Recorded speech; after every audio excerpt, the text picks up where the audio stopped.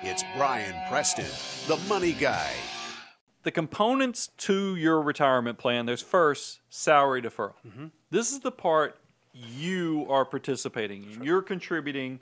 And I always tell people, depending upon the design, this money can be pre-tax, meaning you get a current year tax deduction, or it can be after tax, or tax-free, I should say, Roth. That's right. I mean, you never pay taxes. Yeah, so basically, your employer said, hey, I'm going to pay you this much money to do this job, and I'm going to make this benefit available where you can say, you know what, I'm going to take a little bit of that money that you're paying me now, and rather than receive it, I'm going to put it into this account to grow for the future. And you mentioned, traditionally, there are two ways we do that, pre-tax, Roth. There's a third. We'll talk about that at the end. And then I wanted to say the number, just because I like giving numbers, because so people want to be actionable. 2019, you can do up to $19,000.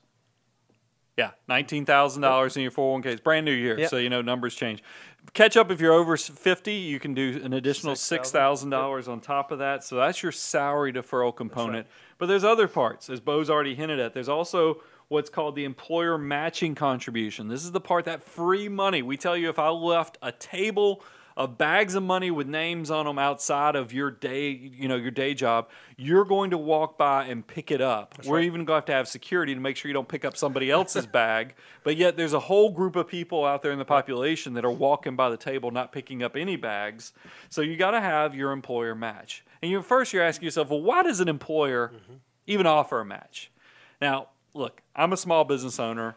I will tell you, some of it is for a goodwill moment where you want to see your employees be successful. You want to see them building assets. But there's also a huge carrot that's created by our government and the fact that they know, look, we need our citizens to have money saved for retirement because Social Security, it's kind of questionable. It's going to be there all the time. So let's go ahead and incentivize the employers out there who are employing all of our citizens to try, help our all these citizens save for the future. So they have allowed employers, if you will offer these type of plans, we'll give you huge tax benefits and options to save for yourself.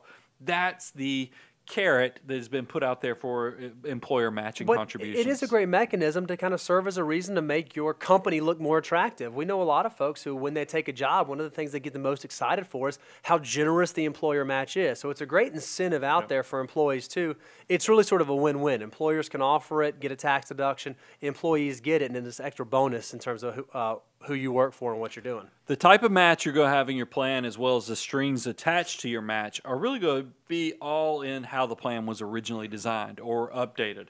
So you have your traditional 401k design. These are, and what cracks me is we still see these. I'm like, how in the world do you still have a traditional 401k design when there's been so many updates, so many legislative changes that have increased the flexibility, the benefits, and the opportunities for both you, the employer, as well as for your employees.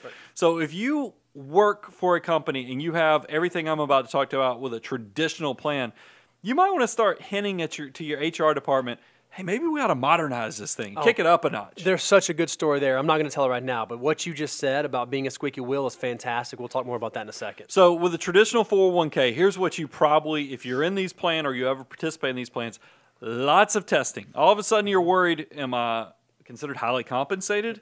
Are they going to restrict how much I can put in this plan? Because it's one of those things where you get the random email saying, hey, because of your compensation, you can only contribute 6% this year, or you can only contribute 8%. And you're like, well, wait a minute, I want to save, I want to maximize. I want to really, no, it doesn't. With these traditional plans, they typically have lots of testing for, you're trying to figure out if you're highly compensated, you're trying to see if you're a key employee. I mean, there's all kind of weird rules out there. They also have, what I've seen on traditional plans, they usually have traditional vesting schedules. They'll usually have like a 6-year vesting schedule on matching contributions. So that's your traditional side of things. Yeah, and when he says vesting, what that means is the money your employer puts in, you don't get that all right away. A lot of times they're going to have different structures in terms of you have to work at the company for a certain number of years before it actually becomes your money. It gets allocated in your name, but you don't get to call it yours until you've put in the time, essentially.